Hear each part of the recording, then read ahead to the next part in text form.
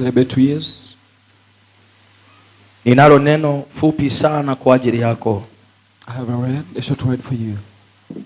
Hili neno Mungu amenipa. This word was given to me from God. Kutokana na pale aliponitoa na pale anaponipeleka. Just from where he took me from and tunajifunza kutoka kwa watu wengine. We learn from others. Biblia inasema, the Bible says, apendaye maarifa, who loves knowledge, upenda mafundisho, loves lessons or teachings. Kwa hiyo, so nataka nikufundishe jambo ambalo kilizingatia litakupeleka mbali katika maisha yako. I'll teach you something that if you take it care, it will take you far. Kwa sababu nakufundisha vitu halisi ambavyo si vya kusimuliwa, bali vya kuona kwa macho yangu. True things which I have witnessed by my eyes. Ujumbe wetu unasema, our message says, don't be afraid to start over, or don't fear starting anew. Usiogope kuanza. Do not be afraid to start over. Hallelujah. Praise Jesus. Don't be afraid to start over. Usiogope kuanza upya. Usiogope mwana wa Mungu. Don't be afraid, son of God. Usiogope kuanza. Don't be afraid to kwa sababu kuna nguvu katika kuanza. Because there is power in starting. Bwana Yesu asifiwe sana. Praise Jesus. Bwana asifiwe watu wa Mungu. Praise Jesus. Narudia tena, kuna nguvu katika kuanza. There is a power in starting or beginning. Chochote unachokiona katika maisha, whatever you see in life, chochote unachokiona duniani, whenever you witness on kuna mtu alikianza. There is somebody started it. Hata Mungu mwenyewe alianza. Even God started. Ndio maana kuna kitabu cha Mwanzo. That's why there's a book of beginning, Genesis. Biblia inaeleza kwa habari za mwanzo. The Bible talks about the beginning. Lakini ukisoma Yohana, but John, kitabu cha Yohana kinaeleza on the book of John, jinsi Mungu alivyoanza kuumba vitu. Explains how jinsi Mungu alivyoanza kutengeneza ulimwengu. How started to create the world. Kama Mungu alianza, if God started, wewe ni nani usianze? Who are you not to begin? Watu wengi wamebeba vitu vikubwa.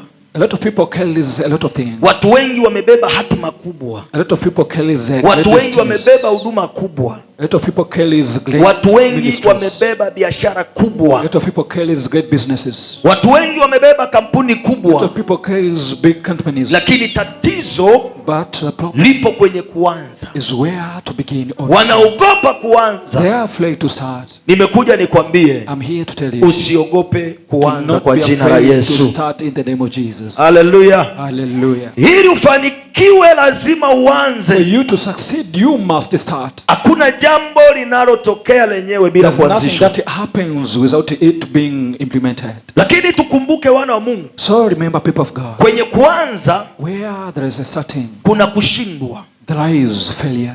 Lakini kushindwa, but failure, sio mwisho wa kuanza. It is not the end of beginning. Sema amen. Man. Ndio maana nimekuja nikakwambia usiogope kuanza. That's why I came to tell you that not be afraid to. Kwa sababu kuna watu walianza. Because there are people started. Baada ya kushindwa, after failing, hawahitaji tena kuanza. They never try to start again. Ila nimekuja nikutie moyo. But I came here to encourage you. Nikwambie ya kwamba, to tell you that, hata kama ulishaanza ikashindikana, even though you started in it, usiogope kuanza tena. Do not be afraid to start over. Bwana Yesu asifiwe. Praise Jesus. Wangapi mnanielewa wana wa Mungu? How many understand, people of God? Lakini kwenye kuanza, but where there is beginning, kuna kanuni inaitwa kuanza kama vile ulivyo. There is a law called to start as you are. Kuanza kama vile ulivyo. To start as you are. Mimi wakati naanza huduma, when I was beginning my journey, mimi labda nikwambie tu, nikupe ushuhuda kidogo. Let me give you a testimony. Kati ya kitu Mungu alichonisaidia, one of things that God had me, waga siogopi kuanza. I am never afraid of starting. Siogopi kuanza. I'm never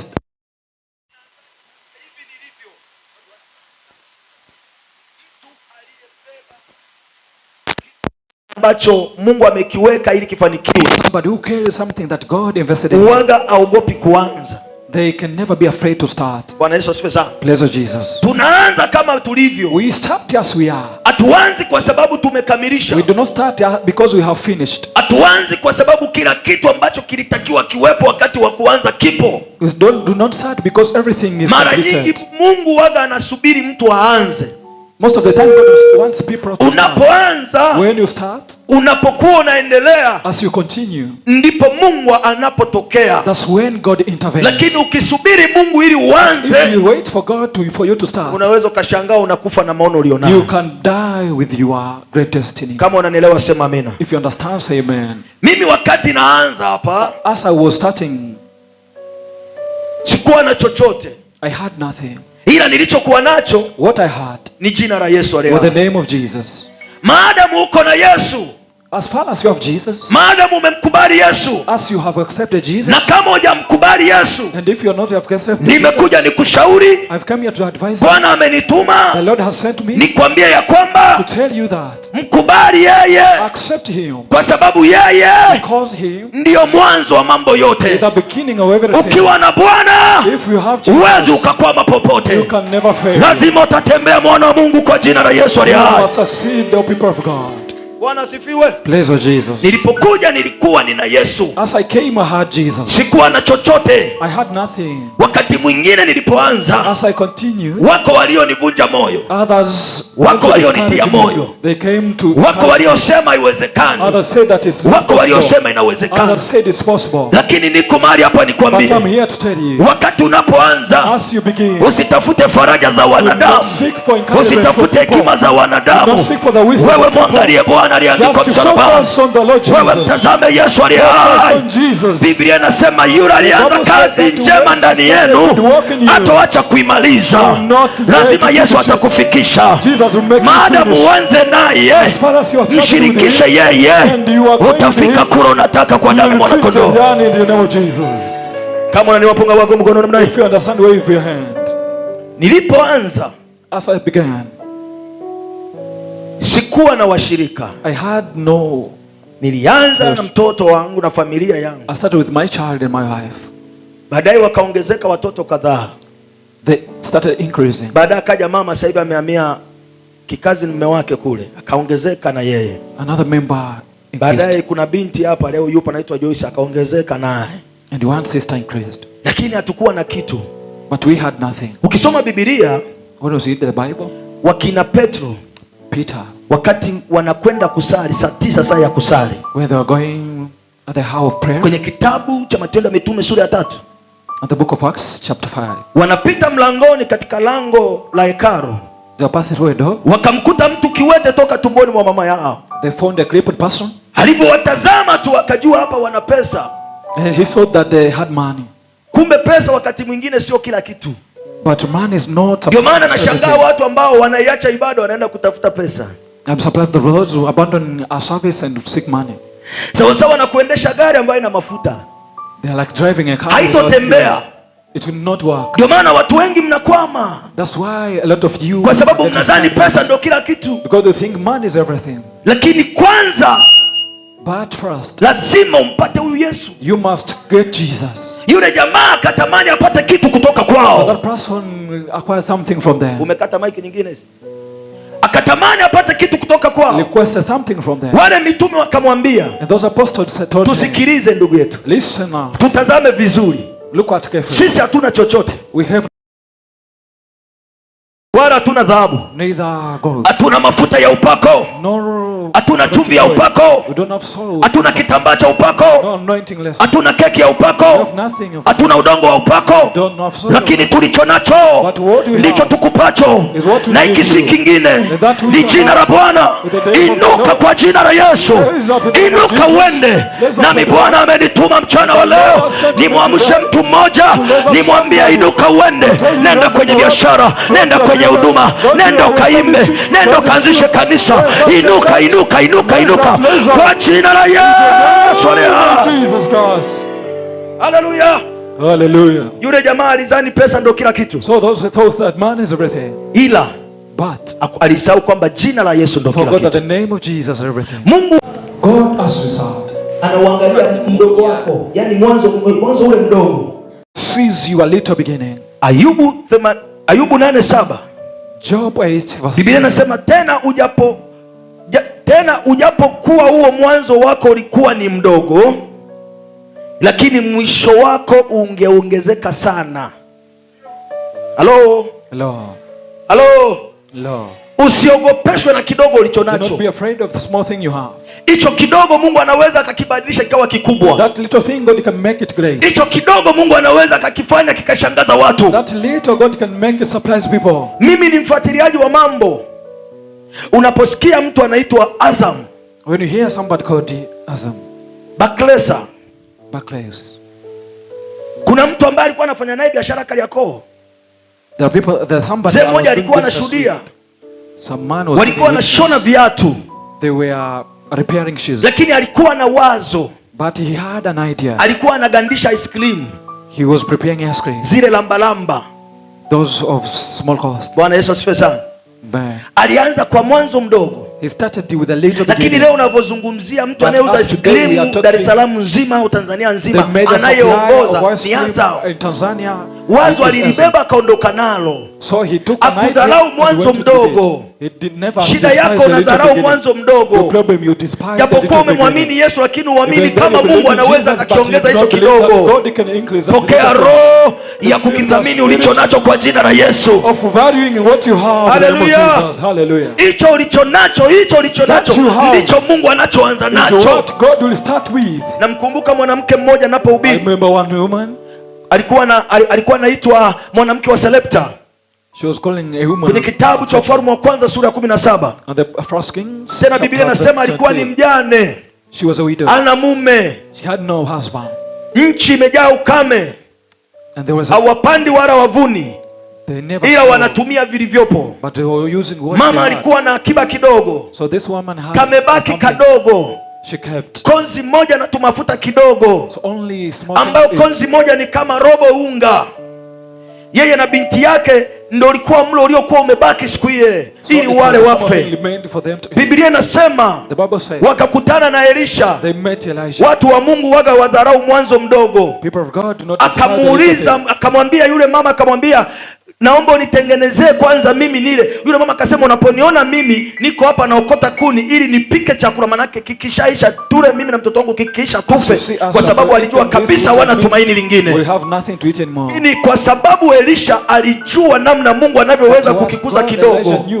Akamwambia nitengenezee kwanza mimi nile. Bwana sifiwe. Mama alizarau robo unga, lakini mtu wa Mungu akaifanya robo unga.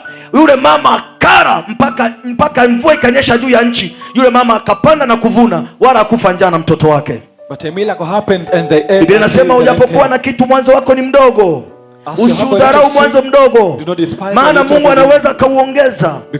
Usidharau biashara ulio nayo, usidharau huduma ulio nayo, usidharau washirika ulio nao, usidharau akiba ulio nayo, usidharau fedha ulio nayo, usidharau ndoa ulio nayo. Kila mtu alianzia chini. Niko hapa nikutie moyo ya kwamba Bwana kwa majira yake ataongeza kidogo ulicho nacho kwa jina la Yesu. Bwana asifiwe. Siku zote Waswahili wanasema mwanzo ni the beginning is hard. Hakuna mwanzo mwepesi. There's no easy beginning. Bwana Yesu asifiwe sana. Mwanzo unaweza kuwa mdogo sana. The beginning can be, lakini Biblia inasema mwisho wako, but the Bible says the end, unakuwa mkuu. It will be great. Yesu alizaliwa akiwa ni kadogo. Jesus was born a little. Tena alizaliwa familia maskini. Even a poor family. Baba yake mlezi Yusufu, his father Joseph, alikuwa ni mtu wa chini sana. He was a poor man. Alikuwa ni fundi seremala nadhani. He was a carpenter. Yesu anaitwa Yesu Kristo au anaitwa mtoto wa nini? Mtoto wa nani? Wa fundi seremala. A son of a carpenter. Tena sio za kisasa zile kuna kitu tulikuwa tunakiita randa kinafanya hivi wanasukuma. Yesu ndipo alipozaliwa. Waliomtazama wakujua kama amebeba kusudi la ulimwengu. So who saw him never knew that he is a great. Ndio maana siku moja alipoingia karuni. That's why when he entered kitabu cha Luka 4:18 pale. Kuanzia 16 17 binasema akaingia karuni, akatafuta sehemu iliyoandikwa. Akakuta chuo cha nabii Isaya. Kuna maandiko yalikuwa yameandikwa pale yanasubiri mtu ayatimize, kwa sababu hayo mambo yanapatikana Isaya. Sasa Yesu akatafuta sehemu iliyoandikwa Roho wa Bwana yu juu yangu, kwa maana amenitia mafuta mabichi niwahubiri maskini habari njema, ni waganga waliovunjika moyo, vipofu wapate kuona tena, kutangaza mwaka wa Bwana uliokubalika, wafungwa kuweka huru. Alipomaliza akasema maneno haya yametimizwa. This word have been fulfilled. Biblia inasema Mafarisayo na watu wazima wakasema, inawezekanaje bwana mdogo anakuja kutimiza haya? Possible for you to accomplish this word. Unachokianza sio mpaka kila mtu akikubali. As you begin, it's not everybody that will expect your work. Say amen. Hello. Unaweza ukaanza kuuza kitu, mtu anakutana anasema wewe, kuna waliofanya wakashindwa, wewe huwezi. Sisi wana wa Mungu tuna kauli moja, wao ni wao. Sikiliza, kwenye maisha wao ni wao na wewe ni wewe. Maana kwenye maisha hakuna wewe tena. Ukiondoka dunia hakuja kupatikana wewe kama wewe. Wewe ni wa maana na ni wa thamani sana, kwa sababu hakuna kama wewe. Watu walidharau mwanzo wa Yesu. People despised the beginning of Jesus. Wakasema, unasema nini? They asked, what do you say? Wewe umekuwa tunakuona wewe Yesu. You who have glue and you see. Umecheza na Yohana. You played with John. Halafu nyumbani kwenu ni mnafanya kazi za useremala, tunawajua. And we know your. Wewe mtoto mdogo usema haya maneno yametimia. You little boy, how can sikiliza, Mungu akitaka kumtumia mtu, angalie umri, angalie elimu, angalie kabila, angalie status, kwamba umetoka familia tajiri au maskini.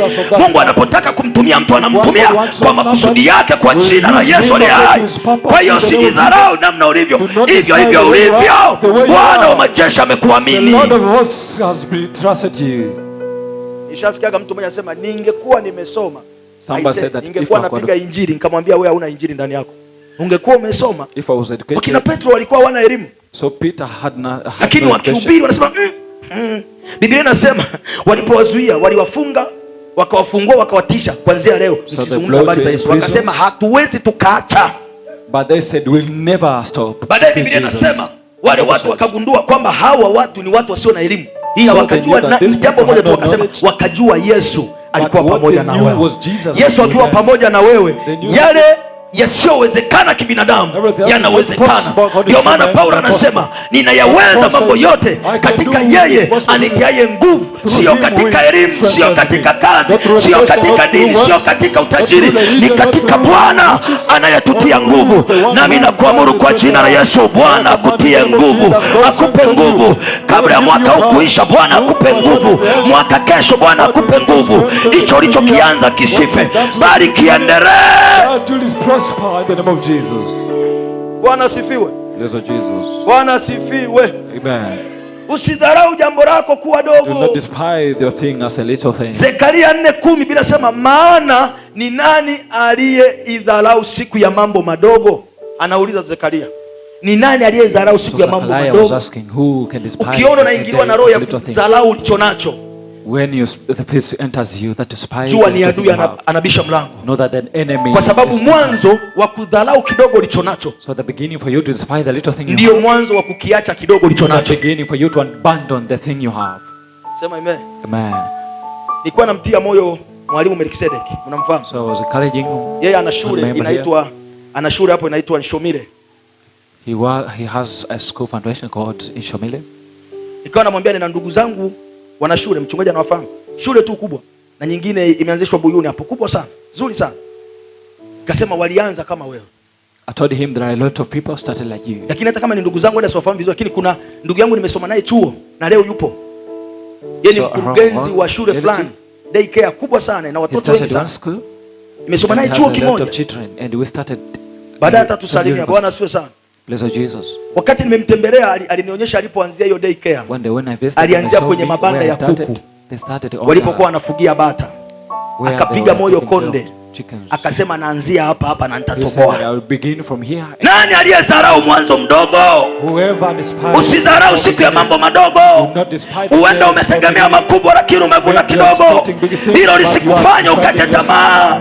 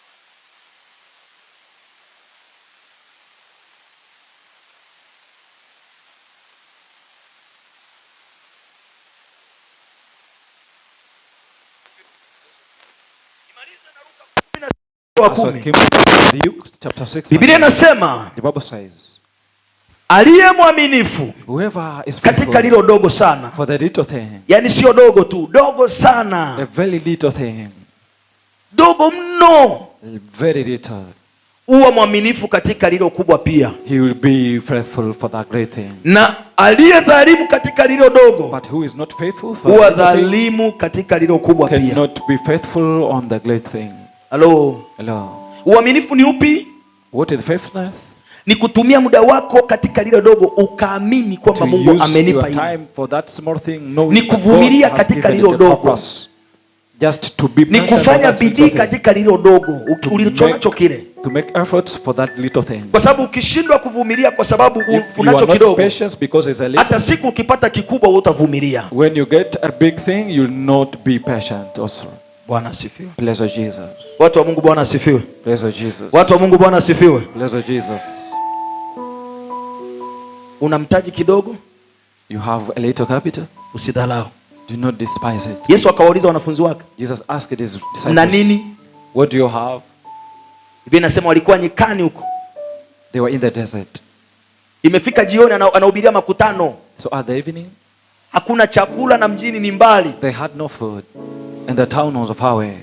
Petro akamfuata, alikuwa rafiki yake sana Yesu. Peter asked Jesus. Mwalimu, aise, waruhusu makutano waondoke kwa sababu giza linaingia na hapa tulipo ni nyika tupu. Let the multitude go back. Akili ya Petro ilikuwa inasema akili ya Petro ilikuwa inasema watakula nini hao watu? Watu 5,000, zaidi ya 5,000. There no food to feed them. Yesu akauliza, mna nini? Jesus asked, what do you have? Muulize mwenzako, una nini? Ask your neighbor, what do you have? Hata akikwambia na 10,000, mwambie inaweza ikakusaidia. Inaweza ikakuvusha. Sema amina. Una nini? What do you have? Wakasema tuna samaki wawili tu na mikate 5 and 5 breads. Wakadhalau chakula kidogo, lakini kwa macho Yesu akaona katika hichi kidogo Mungu atakifanya kiwe kikubwa. Hello. Akashukuru, akashusha chini, wakara wote wakaisha. So mpaka wakaokota vikapu 12 vimejaa. Usidharau ulicho nacho. Do not despise what you have. Wala mtu asikukatishe tamaa kwa kukidharau ulicho nacho. Make you give up on what you have. Kuna mtu atakwambia hivyo unafanya nini? They ask you, what do you do? Utaweza kweli? Will you be wako namna hiyo? Utaweza? Wako waliokuja zaidi yako walikuwa na mbwembwe kama wewe wakashindwa. You will succeed. Waambie sio shida zangu. Tell them it's not my problem. Waambie wao ni wao na mimi ni